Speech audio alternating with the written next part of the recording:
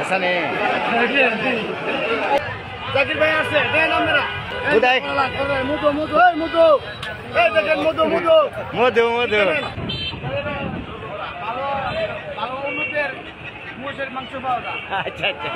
আসসালামু আলাইকুম। আমি বাউন বেড়ার জাকির ভাই। বরাবরের মতো আজকাও করলাম আবার আয় পড়ছি নন্দনপুর বাজারে শাক সবজি আর মাছ তরকারি কিননের লাইগা। এটা হইতেছে বাউন বেড়া সদর উপজেলার নন্দনপুর বাজার। আমি সব সময় এই বাজার থেকে এই সকালের শাক সবজি মাছ তরকারি কিনা থাকি। আসলে সকাল 6টা থেকে বেলা 11টা পর্যন্ত অনেক জমজমাটভাবে জমে এই নন্দনপুর বাজার। আশেপাশের এলাকার মানুষজন কিন্তু এই নন্দনপুর বাজার থেকে এই বাজার সজাই করে।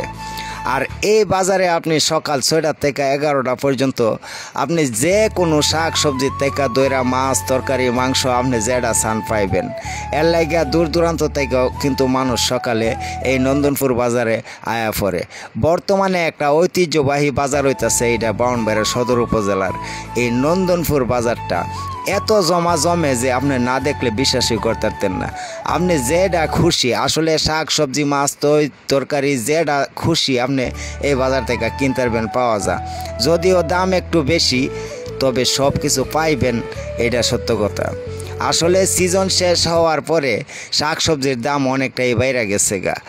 মাছ মাংস এই যে মোরগ দুধ সব কিছুর দামই একটু বেশি, যদিও বেশি কিন্তু এই বাজারে আপনি সব কিছু পাইবেন, এটা 100% শিওর।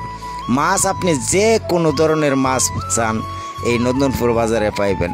আসলে তিতাস নদীর পার ঘেঁষা এই নন্দনপুর বাজারে তরতাজা তিতাসের মাছ আপনি যে মাছ খুশি আপনি পছন্দ মতো কিনে নিতে পারবেন, কোনো সমস্যা নাই। এত পরিমাণ মাছ এই বাজারে ওঠে। আর শাক সবজি আসলে যোগাযোগ ব্যবস্থা ভালো থাকার কারণে শাক সবজি কিন্তু আমাদের এই নন্দনপুর বাজারে আয়ে এখান থেকে আপনার পছন্দ মতো বাজার সদাই করতে পারবেন, এটা গ্যারান্টি।